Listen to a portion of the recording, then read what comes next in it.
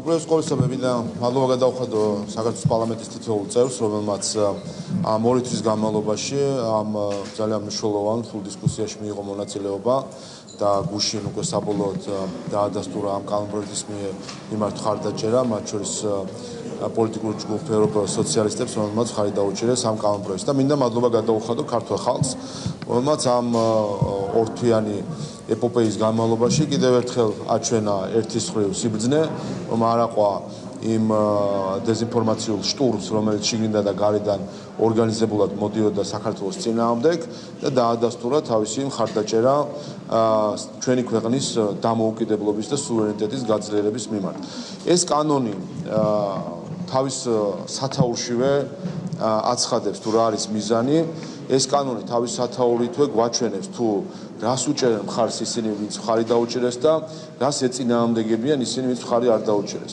მათ ვინც მხარი დაუჭირეს ამ კანონპროექტს, მხარს უჭერენ, რომ ჩვენს ქვეყანაში უცხოური ფულით გავლენების განხორციელება უნდა იყოს ცხადი, გამჭვირვალე ჩვენი მოქალაქეებისთვის და მათ ვინც მხარი არ დაუჭირეს გუშინ ამ კანონპროექტს ისინი მათ მხარი დაუჭირეს, რომ ეს არ იყოს ცხადი, არ იყოს გამჭვირვალე და მოქალაქეებს არავინ ჩააბაროს ანგარიში, არც ერთმა უცხოელმა ისე შემოვიდეს და ისე განახორციელოს თავისი გავლენები.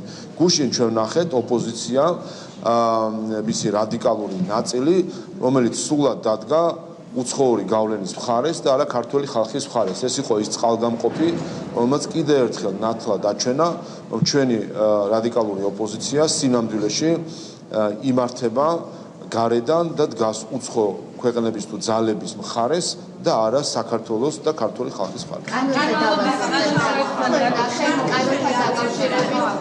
დაკავშირებით ჩვენ ვნახეთ გამოხმაურებები, შარლ-მიშელის უცხოელი ასევე იყო მეთიუ მილერის გამოხმაურება საკმაოდ კრიტიკული, ხო? რომ გითხრათ ერთი კანონის გამო, მხოლოდ გამჭვირვალობის კანონის გამო, რამდენად სწორია მსგავსი დამოკიდებულება? თავისთავად უცნაური და არასწორი იყო ის რეაქცია, რომელიც ჩვენ ვიხილეთ უცხოელი აქტორების მხრიდან ამ 2 თვის განმავლობაში, რომელიც აშკარად გადაჭარბებული იყო და რომელიც აშკარად ერთადერთ რამეს უწყობდა ხელს, რომ წაეხალისებინა აქ უფრო ემოციები ნაცვლად საკრი და რაციონალური მსჯელობისა. მათ შორის უცხოელი აქტორების განცხადებებმა დიდი წვლილი შეიტანეს იმაში, რომ ჩახშობილი იყო საქართველოში დემოკრატიული დისკუსიის პროცესი და ამ აზრის გაცვლის ნაცვლად გქონოდა ჩვენ ემოციური პროტესტი, რომელიც რიგ შემთხვევაში გადადიოდა ძალადობაზე, მათ შორის პარლამენტზე შტურმში. და სამწუხაროა, რომ ამ 2 თვის განმავლობაში ამდენი აქტორი გამოეხმაურა სხვადასხვა დონეზე ამ კანონპროექტს და რატომღაც მოხვდა მსოფლიოს ყურადღების ეპიცენტრში, არც ერთმა უცხოელმა აქტორმა არ გამოთქვა მზაობა, რომ იყოს თავად გამჭვირვალე ქართული ხალხის წინაშე. არადა დღეს საქართველოში ფარულად იხარჯება ევროკავშირის ბიუჯეტიდან ფული, ფარულად იხარჯება ამერიკის შეერთებული შტატების ბიუჯეტიდან ფული, ისე რომ ეს ფული რიგ შემთხვევაში მიდის კანონის გვერდისავლით და კონსტიტუციის დარღვევით პოლიტიკურ პარტიების სალაროებში და ისე რომ ეს ფული ფარულად იხარჯება რადიკალურ ჯგუფებზე.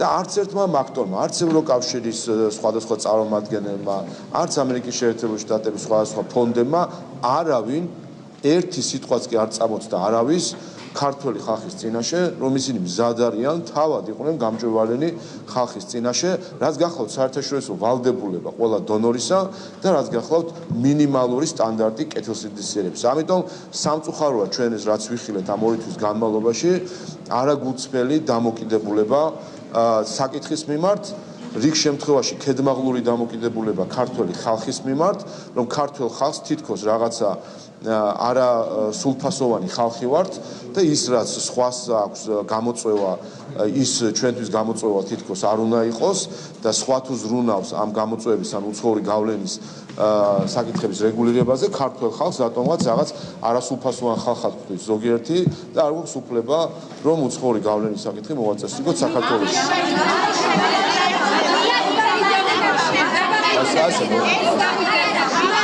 მოუყვები ესე, იგრიგოს.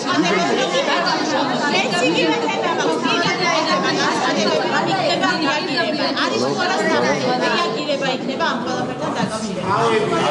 რომ იზოლაციაში მოიქცეს ქვეყანა როგორც ევროკავშირიდან ასევე ამერიკის მოედანიდან.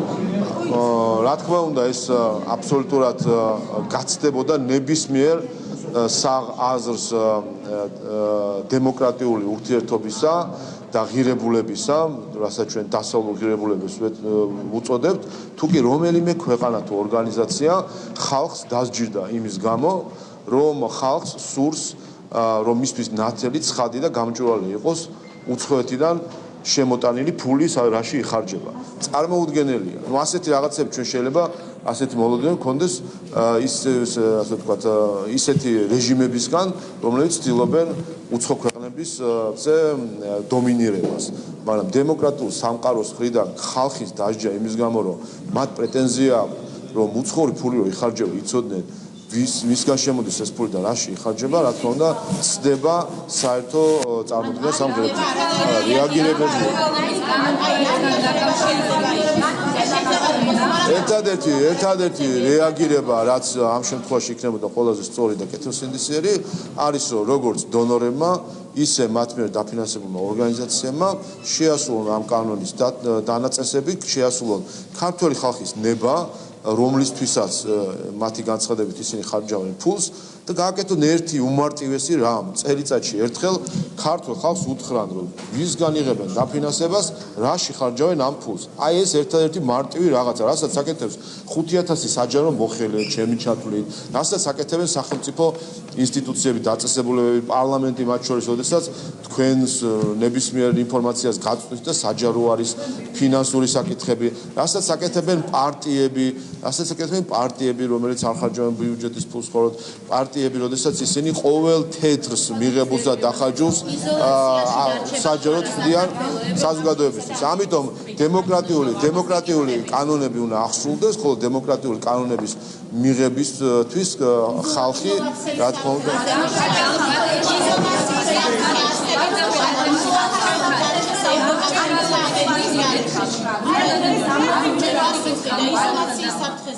როგორ შეიძლება დემოკრატიული ქვეყნის იზოლაცია მოახდინონ იმის გამო, რომ იღებს დემოკრატიულ კანონებს, რომლის მიზანიც არის უცხო გავლენებისგან დაცვა არის. არც ერთ ღირებულებას არ ეწევა. მოვა. რამდენიმე კითხვას დაგისვამთ. ოპოზიცია და გამჭვირვალობის კანონებთან დაკავშირებით, რომ ქართული ოცნება ვერ მიიღებდა ამ კანონებს, რომ ვეტო περιληφθεί ნაციონალური, ამ შემთხვევაში როგორ აღნიშნეთ ოპოზიციის ხა ოპოზიციის ბაქი-ბუქი ხშირად გაგვიგონია ისინი ამ პარლამენტში შემოსვლასაც არ აპირებდნენ და დაიფიცეს, რაც კი დასაფიცარი ქონდათ ყველაფერი და ნახეთ, რომ შემოვიდნენ კი არა, აქედან გასვლაც აღარ უნდა. ამიტომ რაც შეეხება ოპოზიციას, მე მგონი ამ დღეებში მათ ნახეს ერთ-ერთი მთავარი რამ. როდესაც ისინი არ დგანან ხალხის მხარეს და არიან უცხოეთის იმედზე, სხვა ქვეყნების იმედზე, აქ რა თქმა უნდა ისინი ყოველთვის დამარცხდებიან ხალხის წინაშე. ის რაც არის ხალხის ნება, ის უნდა შეასრულოს საქართველოს პარლამენტმა. მათ ამისთვის აქვს მანდატი, რომ საკუთარი ამორჩევლები წარმოადგინონ პარლამენტში და ამ ნებით იმოქმედონ. ჩვენ რაც ვიხილეთ ამ 2 თვის განმავლობაში, უკვე 3 თვე გავიდა მე მგონი, 3 თვის განმავლობაში იყო ის, რომ ოპოზიცია სრულად იყო აწყობილი იმაზე, რას განაცხადებს რომელიღაცა პრესმდივანი, რომელიღაცა უცხოელი პოლიტიკოსის თუ თანამდებობის პირის, აი დილით იქნებოდა განცხადება, შუადღით იყო მათ მიერ და რაღაც გეგმა დასახული, ოპოზიცია და მათთან დაკავშირებული NGO-ები ერთი სიმბიოზი მოქმედებდა სრულად, აი ეს იყო მთლიანი ანატომია, მე მგონი ეს 3 თვე, რასაც უყურებდით, სრულად მოქმედებდნენ უცხოეთიდან მიღებული ასე ვთქვათ გარკვეული ტონის მიხედვით, ანუ რა განცხადებასაც მოიცეს, ზუსტად ისე მოქმედებდნენ ოპოზიცია და შეგახსენებთ, რომ თავდაპირველად, როდესაც დავაინიციეთ ეს კანონპროექტი, ოპოზიცია მათ შორის სლოვაკთა დარბაზში ამბობდა, რომ ისინი არ აპირებენ, რომ ამ კანონპროექტზე კონდეთ რეაქცია, რომ უმრავლესობა ვერ გაიყვანს მათ ქუჩაში, ისინი არ აპირებენ ამაზე ხმამაღალ პროტესტს, როგორც კი გაიგეს 1-2 განცხადება გარედან და მიიღეს მითითება, რომ ეხლა უნდა კონდეთ ხმაური ამ საკითხზე, ზუსტად იმ მომენტში ახმაურდნენ. არანაირი საკუთარი ნება რადიკალურ ოპოზიციას არ გააჩნია, სრულად იმართებიან გარედან, რასაც ეთქვია ზუსტად იმას აკეთებენ. მოვა, ყველგან მოვა.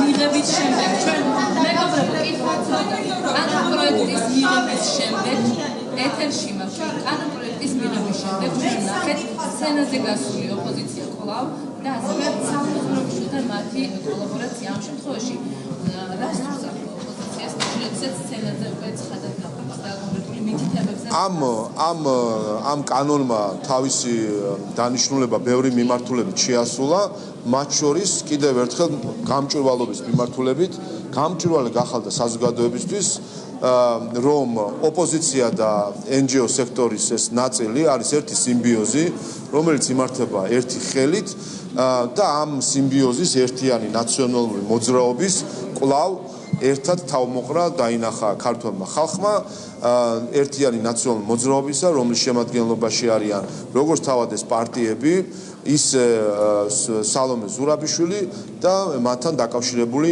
NGO-ები, რომლებიც ინაწილებდნენ სცენას ნაციონალურ მოძრაობასთან, ისინი იყვნენ ავტორები რადიკალიზაცია მათ შორის რადიკალიზაციის პროცესებისა. შეგახსენებთ, რომ NGO-ების მოწოდებებით ხდებოდა ბლოკირება პარლამენტის, რაც შემდეგ გადაიზრდებოდა ხოლმე პარლამენტზე თავდასხმაში, პოლიციელებზე თავდასხმაში. და ამას აკეთებდნენ ევროპიდან და ამერიკის შეერთებული შტატებიდან დაფინანსებული NGO-ები. დღემდე არ მომისმენია არც ერთი საელჩოს თუ დონორის განცხადება, რომელიც გაემიჯნებოდა მათი NGO-ების მიერ პარლამენტზე თავდასხმის, პოლიციელებზე თავდასხმის წაქეზებას, რაც ჩვენ ვიხილეთ ამ დღეებში. რაც სამწუხაროა და ამან აჩვენა საერთო ჯამში თურმე რას ნიშნავს უცხოური გავლენის რეალური სახე ქართულ რეალობაში.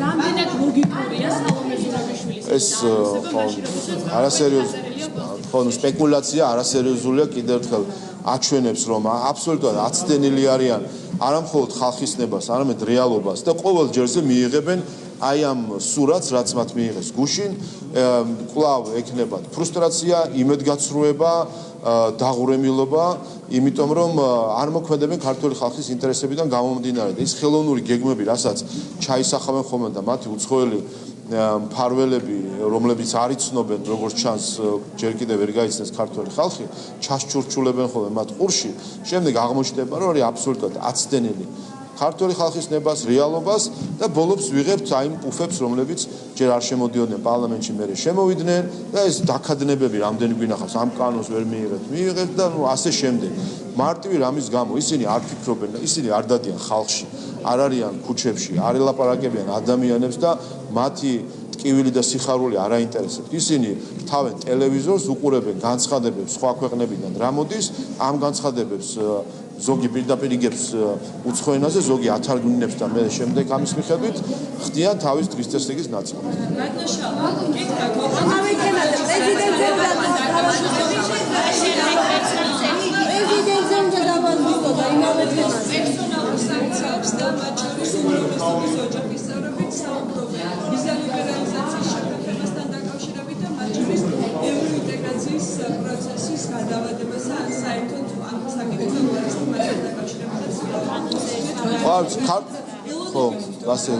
კიდევ ერთხელ ქართველი ხალხის დასჯა, იმიტომ რომ ის იღებს ამა თუ იმ გადაწყვეტილებებს კანონისთან დაკავშირებით, პოლიტიკასთან დაკავშირებით, აქამდე ერთადერთი ამას აკეთებდა რუსეთი. თუ კი რომელიმე სხვა ქვეყანას უნდა რომ შეუერთდეს ამ რიგს და ქართულ ხალხს ელაპარაკოს რუსულ სტილში, ეს მათი არჩევანია, რას გააკეთებენ, მაგრამ კიდევ ერთხელ ერთი რომ ქართველი ხალხის მიერ კანონების მიღება იმისთვის, რომ თავი დაიცვას უცხოური გავლენებისგან და იყოს მისთვის გამჭვირვალე ეს გავლენები, ამის გამო უცხოელი რომ ზომებს იხმარს იმის გამო, რომ მისი დაფინანსება არ იყოს გამჭვირვალე, ეს თავად აჩვენებს თავად შინაარსს ამ გადაწყვეტილების, რომ არის არაკეთილსინდისიერი, თუ კი ასეთზე ვინმე ფიქრობს. ზოგადად ჩვენ ძალიან რთულ რეგიონში ვცხოვრობთ და ბევრი საფრთხე არის ჩვენს გარშემო. ამ საფრთხეებში ვცხოვრობთ ბოლო 30 წელია, თუ არა საუკუნეები. ასე რომ საფრთხეები ბევრია, ჩვენ ამოსავალი წერტილი უნდა გქონდეს ყოველთვის ერთი რამე. ის რა არის ქართული ხალხის ინტერესში. რაც არის ქართული ხალხის ინტერესში, იმას აკეთებს საქართველოს ხელისუფლება და არა ის, რაც არის სხვა ხალხების, სხვა ხელისუფლებების თუ სხვა ჯგუფების ინტერესში. და კიდევ ამ ინტერესის განხორციელებისთვის ხან ვინ ხან რუსეთი გვასანქცირებდა, ხან ვიღაცა რაღაცა არ გვაძლევდა. ეს ესე ხდება, მთავარი არის ის, რომ ჩვენი ინტერესის ეს ჩვენი ხალხის ინტერესს გავყვეთ და საბოლოო ჯამში ეს ყოველთვის გამოიღებს შედეგს. აქედა გადმოვა, აი და გადმოვა. არა. შემდეგ ხალხს ისინი არ შეიან. პირიქით ყველა განცხადება, რაც კი გაუკეთებია პარტიის რომელიმე ქვეყნიდან. ყველა ბოლო აბზაცი არის ქართული ხალხის მხარდაჭერა, პირიქით და მათი ევროპული არჩევანის მხარდაჭერა. მაგრამ რუსული კანონი მიიღო ხელისუფლებამ და არა ხალხმა და როცა საუბრობთ რომ ხალხის ნების შესაბამისად მოიქცეთ, სად არის ხალხი, რომელიც ამ კანონს მხარს უჭერს? ამ ქვეყნის შიგნით, ამ ქვეყნის გარეთ ერთი პარტნიორი დავარეთ, ვინც ამ ორი თვის განმავლობაში თქვენ ესაუბრებოდით და დაარწმუნეთ. რატომ ვერ აღმოჩნდა ვერც ერთი და კიდევ ერთი ჩაკითხვა მაქვს. ისინი უკვე საუბრობენ, აი შარლ მიშელმა ჩანიშნა დღის წესრიგში ჩასვლა საქართველოს საკითხი და პარტნიორი ქვეყნების ლიდერები ამბობენ, რომ განიხილავენ რეაგირებას რა ექნება ევროკავშირის საქართველოზე, მათ შორის ვიზაზეც არის საუბარი, მოლაპარაკების არ დავსწრებთ. ასობის მიღებას იღებს თუ არა? კი, მე ვნახე ბევრი განცხადება, სადაც უცხოელი პოლიტიკოსები საუბრობენ იმაზე, თუ რას როს ქართველ ხალხს, რა არის ქართველი ხალხის ნება. ერთ რამეს გეტყვით, არ დაუჯეროთ არც ერთ უცხოელს, რომელიც ქართველი ხალხის სახელით დაგალაპარაკება. ეს არის არც ერთ უცხოელს არ დაუჯეროთ, რომელიც ქართველი ხალხის სახელით დაგალაპარაკება. იმიტომ ეს არის ყველაზე არაკეთილსინდისფერი საქციელი ილაპარაკო სხვა ქვეყნის ხალხის სახელით, რომელმაც არ მოგცა 1 გრამი ერთი წამი. რატო არ მოცდით რა? რატომ არ მოცდით? ილაპარაკო სხვა ქვეყნის, უცხო ქვეყნის ხალხის სახელით, როცა ხარ ერთი ქვეყნის ხალხის მიერ არჩეული ადამიანი ან წარმომადგენელი. ეს არის ყველაზე დიდი არაკეთილსინდისიერება, როდესაც გრამი ლეგიტიმაცია არ გაქვს იმ ხალხისგან და პრეტენზიას აცხადებ, რომ უცხო ქვეყნის ხალხის სახელით ლაპარაკობ. ამიტომ ნებისმიერი განცხადება უცხოელის, რომელიც ცდილობს რომ ისაუბროს ქართული ხალხის სახელით, არ დაუჯეროთ არც ერთ ასეთ უცხოელს და პირიქით კითხვა დასვით, რომ რა არის განზრახულობა ასეთი ადამიანის, რომელიც თქვენი სახელით ლაპარაკობს, ისე თქვენ არანაირი გრამი ლეგიტიმაცია არ მიგიციათ. არც ენა იცის, არც კულტურა, არც ისტორია, არც ქუჩაში გაუვლია ჩვენთან ადამიანს, ერთი ადამიანს არ იცნობს ისეთი ყოფითად, ასე თქვათ, ქართლს რაც შეეხება. რა უფლებით ან რა ლეგიტიმაციით საუბრობენ ქართველი ხალხის სახელით. როცა მეორე მხარეს დგას, რატო არ მისულ ჩაატარეთ ბრიფინგი თუ გნებავთ ისედაც პოლიტიკაში ხარ. მოკლედ, როდესაც მეორე მხარეს დგას ქართველი ხალხის მიერ არჩეული ხელისუფლება, რომელსაც აქვს ლეგიტიმაცია ქართველი ხალხის მხრიდან, რომ ისაუბროს ზუსტადად ქართველი ხალხის სახელით. ამიტომ საქართველოს ხელისუფლება თქვენს და უცხოელსაც დღეს ელაპარაკება ქართველი ხალხის სახელით და გადაწყვეტილებებსაც იღებს ქართველი ხალხის სახელით.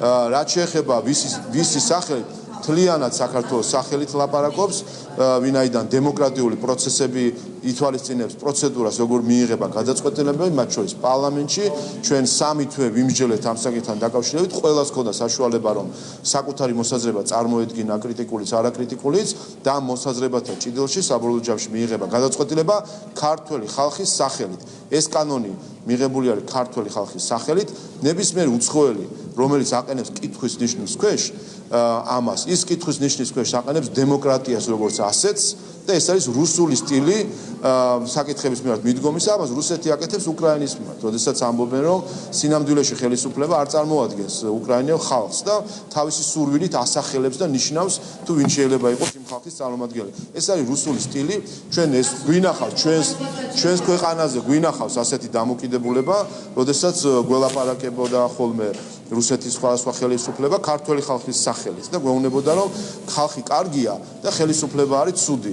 ამიტომ კიდევ ერთხელ არავის მე ყველას აქეთკენ მოუწოდებ, რომ დაფიქრდნენ, რომ რუსული სტილით ქართულ ხალხთან საუბარი არ არის სწორი.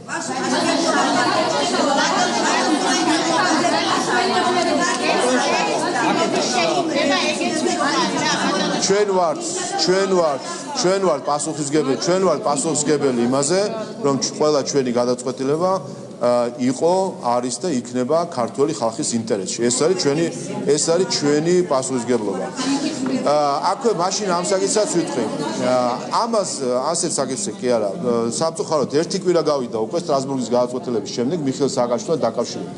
და ეს აქტორები, რომლებიც თავის დროზე პოლიტპატიმრად მოიხსენიებდნენ ლამის მიხეილ სააკაშვილს, რომ მის გამოშვებას წინაპირობად გვიყენებდნენ ლამის კანდიდატის სტატუსისა, იგივე სახელები, იგივე სახეები, ვისაც დღეს თქვენ ხედავთ განცხადებებში, ჰქონდათ ორწლიანი შტურმი საქართველოს ხელისუფლების და ქართველი ხალხის ტვინების წინააღმდეგ, რომ დაერწმუნებინათ ქართველი ხალხი, რომ მიხეილ სააკაშვილს ვიღაცა წამლავდა, ვიღაცა კლავდა ციხეში, რომ ეს იყო წითელი ხაზი და ვერ მივიღებთ კანდიდატის სტატუსს. ეს ხალხი სახელს და გვარს იპიპის ღონისძიებები ხო გახსოვთ, მიხეილ სააკაშვილს საპატიო სტუმრის ცარიელს კამს დგავდა. ეს ხალხი, ეს ლიდერები, ეს ევროპა მიხეილ სააკაშვილს აღიქვავდა დემოკრატიის შუქურად და ლიდერად და გვეუბნებოდა, რომ ის პოლიტპატიმარია და რომ მას ვიღაცა კლავდა. აი ეს ევროპა ზუსტად ვინც დღეს აკრიტიკებს ამ კანონს. ამ ევროპამ ერთი კვირა გავიდა. ამ ევროპამ, ამ ლიდერებმა, ამ დიპლომატებმა, ამ სხვა აქტორებმა, ამ ევროპამ ერთი ბოდიში მოუხადა ქართველ ხალხს, რომ 2 წელი გვატყუებდნენ ქართველ ხალხს ატყუებდნენ, თითქოს მიხეილ სააკაშვილს პოლიტიკური მოტივაციით აქვს რაღაცა მისჯილი, თითქოს მიხეილ სააკაშვილს ვიღაცა წამლავს, ხო გახსოვთ, თავი გაიგიჟეს ზოგიერთმა ელჩებმა, რომ აქ პოლონელი ექიმები ჩამოსულიყვნენ და რასპეცით ჩამოსულიყვნენ მიხეილ სააკაშვილთან, კონკრეტული ელჩები ამაზე ზეწოლას ახდენენ ხელისუფლებაზე და მათ შორის ევროპელი ლიდერები ახდენენ ზეწოლას, ჩამოვიდნენ და ლამის სპეცსამსახურების სპეცოპერაცია მოაწყვეს და წინდით გაქონდათ ნიმუშები. სად არის ეს სხვა შორის ის ლაბორატორიული დასკვნები, რატო აღარ გამოაქვეყნეს საბოლოო ჯამში მიხეილ სააკაშვილის მძიმე მოწამვლასთან დაკავშირებით. ამიტომ ჯერ რაც შეეხება აი ამ ევროპას, რომელმაც ქართველი ხალხზე და დეზინფორმაციას, რომელიც ქართველ ხალხზე პირდაპირ დეზინფორმაციული შტურმი ჰქონდა. ეს ევროპა გამოვიდეს და ქართველ ხალხს მოუხადოს ბოდიში იმ ორწლიანი ტყუილისთვის, რომლის გამოც აგიჟებდნენ ხალხს, ხო? აქ ნაკლები რეაქციები იყო, ნაკლები აქციები იყო, ნაკლები მონას და მოღალატის ძახილი იყო პარლამენტის სტომათა დარბაზში. იგივე ხალხი, იგივე სახეები, იგივე უცხოელები ჩართული იყვნენ რუსული სტილით ქართველი ხალხის წინააღმდეგ პროპაგანდაში და დეზინფორმაციაში. ამიტომ პასუხისმგებლობა ახლა არის იმ ევროპელების მხარეს, რომლებმაც 2 წელი ატყვეს ქართველი ხალხი, ეს ევროპელები, ყველა ელჩი, ყველა პოლიტიკოსი, ყველა ის ადამიანი, რომელიც მიხეილ სააკაშვილს პოლიტიკურ პატიმრად მოიაზრებდა და არასათანადო მოპყრობის მსხვერპლად გამოვიდეს, მოიხადოს ბოდიში, ამოშალონ რეზოლუციებიდან ის ტყუილი ჩანაწერები, რომლებიც ევროპარლამენტში და ევროპის საბჭოში, საპარლამენტო ასამბლეაზე აკადრეს ასეთ მნიშვნელოვან ინსტიტუციებს, მოიხადონ ბოდიში, შემდეგ გადავიდნენ მეორე საკითხზე, რომელიც შემდეგ მე ვიტყავთ რა ბატონო შალვა ეკონომიკური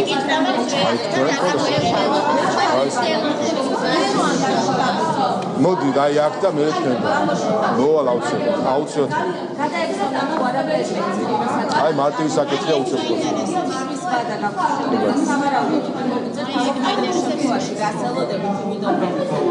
ენჯოები აცხადებენ გაუმორჩილებლობას, როგორც თავად ამბობენ, არაფერად არ ექსტრემას და ოპოზიცია საუბრობს, რომ ეს იქნებ რეფერენდუმის ლასვალე არ გაუძლებას და სალომე ზურაბიშვილმა რეფერენდუმი. ბატონო, კი,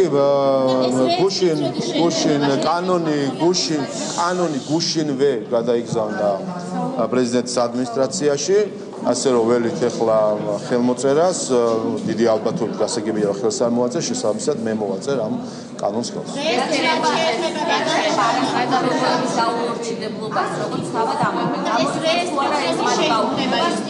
ეხლა ის არასამთავრობო ორგანიზაციები, რომლებიც ძალადობრივ თავდასხმას აქეზებდნენ პარლამენტის წინააღმდეგ და პოლიციის წინააღმდეგ, ამ NGO-ებისგან გასაკვირი არ არის, რომ რომელიმე კანონს არ დაემორჩილონ. აი ეს აჩვენებს კიდევ ერთხელ, რომ არანაირი კავშირი მათ რაიმე ღირებულებასთან, კანონის უზენაესობასთან, ქართველი ხალხის ინტერესთან არ აქვს. ანუ რომელ კანონს ახლა დავფიქრდეთ, რომელ კანონს არ სურთო დაემორჩილონ ეს NGO-ები, კანონი, რომელიც ამბობს, რომ აი ისინი რომ ამბობენ, რომ ჩვენ საზოგადოებას წარმოვადგენთო, აი იმ საზოგადოების მიმართ, რომ უნდა იყვნენ გახსნილები და გამჭვირვალება. აი ამ კანონს არ დაემორჩილება საერთაშორისო გამჭვირვალება, არ დაემორჩილება ქართული გამჭვირვალობის, ქართული ხალხის მიმართ გამჭვირვალებას. აი ეს არის საბოლოო ჯამში აი ეს დასკვნა, რომელიც ჩვენ შეგვიძლია გამოვიწეროთ NGO სექტორთან დაკავშირებით.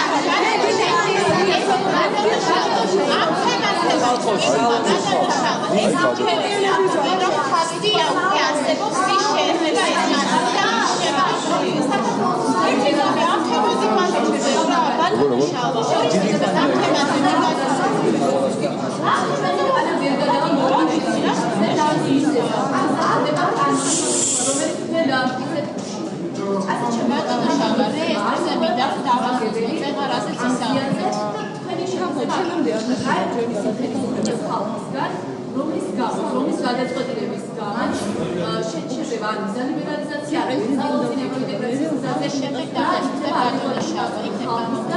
ხელისუფლების მიმართ, რომელიც ამის გადაწყვეტილების შედეგად გასახავს. ჩვენი პასუხისმგებლობა არის, რომ ქართული ხალხის სახელით და მათ ინტერესში ვიმოქმედოთ. ეს კანონიც მიღებულია ქართული ხალხის სახელით, მათ ინტერესში და მათი დაკვეთით. ასე რომ ეს გადაწყვეტილება არის ქართული ხალხის გადაწყვეტილება, რომელსაც გქონდეს მეტი ინფორმაცია უცხოურ დაფინანსებაზე. რაც შეეხება თქვენი კითხვის ქვეტექსტს, რომ რაღაცა რომ მოხდეს. ეს მაგონებს ზუსტად ზოგიერთ დიპლომატებთან საუბარს, რომლებიც ჩემთან, სხვა თანამდებობის პირებთან, მათ შორის იუსტიციის მინისტრთან მიდიოდნენ და ეუბნებოდნენ, რომ კი, მაგრამ გიღირთ, რომ სააკაშვილი ციხეში მოკვდეს და ამის შემდეგ დამთავრდება თქვენი ევროპული პერსპექტივა. პასუხს აგებთ სააკაშვილი ციხეში რომ მოკვდება, რომ თქვენ აღარც კანდიდატის სტატუსი გექნება და არაფერი. აი ასეთი შანტაჟი ქონდა, პირდაპირ შანტაჟი ზოგიერთი დიპლომატის მხრიდან შანტაჟს ქონდა ადგილი საქართველოს ხელისუფლების უმაღლესი თანამდებობის პირების მიმართ. ასეთი როგორ გითხრათ, ასე თქვა, ყალბი დილემებით შანტაჟით, რომ გიღირთ, რომ მოკვდეს და რატო უნდა მოკვდეს, რატო არ უნდა მოქცენ, რატო რაღაც არ უნდა მორჩეს, არ უნდა ვიღაც რატო არ უნდა დარეგისტრირდეს. ეს არის ქართული ხალხის მიერ მიღებული კანონი და რა თქმა უნდა თითოეული მოქალაქე, რომელიც თავს თulis, რომ არის კანონმორჩილი, ამ კანონის მიხედვით უნდა იმოქმედოს.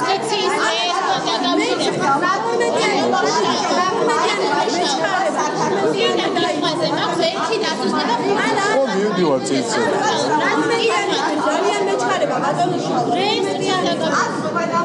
დეკემბერში მაინც გაიხსნა საქართველოს შეუსაბამობა ისრობა მინისტრის თანხმობა სჭირდება.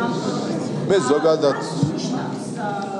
სამართლები რაიმე საფუძველი არსებობს თუ არა და თქვენი პოზიცია და თქვენი ასოციაცია. არც ხალბატონის სალომესგან რაიმე რაციონალური, დაფიქრებული და ხალხისთვის საჭირო რაიმე განცხადება ინიციატივა მოგისმენიათ. ხა პირველი ხო არ არის. უკვე მე მგონი არც მე რამდენე ტალღა არის ხელმოწერების შეგროვებისა.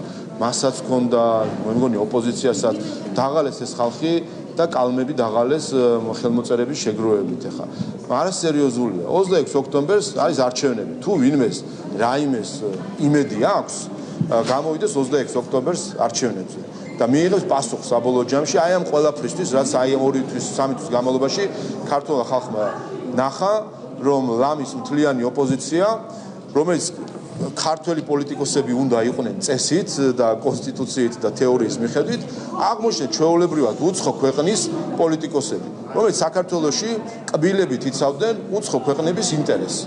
ხო ეს იყო რომ უცხო ქვეყნების ინტერესს იცავდნენ გუშინ დარბაზში და მთელი ეს 3 თვის განმავლობაში, რომ ოღონდ არ გასაჯაროვდეს რაში ხარჯავს ამერიკული, ევროპული, რუსული თუ რა ვიცი სხვა ფონდები ფულს, ოღონდ ეს არ გასაჯაროვდეს და კბილებით იცავდნენ ამ ყველაფერს და რა აქვს რა არის ამაში ქართული. ხო არაფერი ნატამალი ამაში ქართული პოლიტიკისა არ იყო, მთლიანად დადგნენ უცხო ქვეყნების მხარეს და ამაზე პასუხს მიიღებს. რაც შეეხება ხალბატონის სალომის რაღაც ინიციატივებს, კიდევ ერთხელ მე პირადად უკვე დიდი ხანია რაიმე რაციონალურს, გონივრულს და ხალხის ინტერესებთან დაკავშირებულ ინიციატივებს აღარ ვერი და ყოველჯერზე ეს მართლდება ხოლმე და ესეც არის კიდევ ერთი სპეკულაცია, რომელიც როგორც ჩანს რაღაც სპონტანური წარმოშობილი აზრი არის და ზედმეტი ფიქრი ამ აზრზე როგორც ჩანს არ არის ფიქრისთვის დრო არ არის დახარჯული ზედმეტი. დოკუმენტები მეწევა და სალომე ზურაბიშვილი უნდა დავაზუსტო. იურიდიული ნაწილი უნდა დავაზუსტო. თუნდაც რეფერენდუმის ჩატარების სპეციფიკა მთელი ქვეყნის ტერიტორიაზე უნდა ჩატარდეს. ამ მოცემულობით ნიშნავს იმას, რომ სამაჩაბლო და დაუშვათ აფხაზეთის ტერიტორიას აჭრის თუ როგორი ტარდება რეფერენდუმი. არა, მე საერთოდ არ შევდივარ ამ დეტალებში ხა, სპეკულაციებზე რატომ უნდა დავიწყოთ მე მჯელობა. გუშინ სპონტანურად არარაციონალური, არაგონივრული და ქართული ხალხის ინტერესებში არ მყოფი რაღაცა იდეა გააჟღერა, თავად განმარტოს რა არის ეს და ოპოზიციამ ინერვიულოს ამაზე. ჩვენთვის ეს რაიმე თემას არ წარმოადგენს. 9 პუნქტთან დაკავშირებით გაკითხოთ, ჩვენ გინახეთ, რომ სადაც ორშაბათს კომიტეტზე ოპოზიცია არ დასწრებია, ისინი ყოველთვის საუბრობენ, რომ ევროპული მომავალი საქართველოს არ აკეთებენ. დღეს სესიაზეც გადის ეს რეკომენდაციები, საუბრობენ ბოიკოტის გამო აქაც არ იქნებიან, აი როგორ აფასებთ მათ ამ ნაბიჯებს? ასე დღეს ოფიციალურად მომივიდა ბოიკოტის წერილი რამდენიმე ფრაქცია და პოლიტიკური ჯგუფისგან, სავარაუდოდ ყველასგან შემოვა ეს ბოიკოტის შესახებ მიმართვა. ეს არის ირამნეში რეალური სახე. ბოიკოტს უცხადებენ 9 პუნქტთან დაკავშირებული კანონპროექტების მიღებას. ეხლა ამაზე მეტი რა უნდა ვთქვათ, მაგრამ ან ვთქვათ, ან ამ ოპოზიციაზე, ან მათ სიმბიოზე NGO-ებზე, რომლებსაც თითი არ დაუკარებიათ ამ ქვეყნის ევროპული მომავლისთვის არასდროს, არც ხელისუფლებაში ყოფნის დროს, არც ოპოზიციაში ყოფნის დროს. ეს მათი მავნებლობის კიდევ ერთი გაგრძელებაა და კიდევ ერთი მხილება და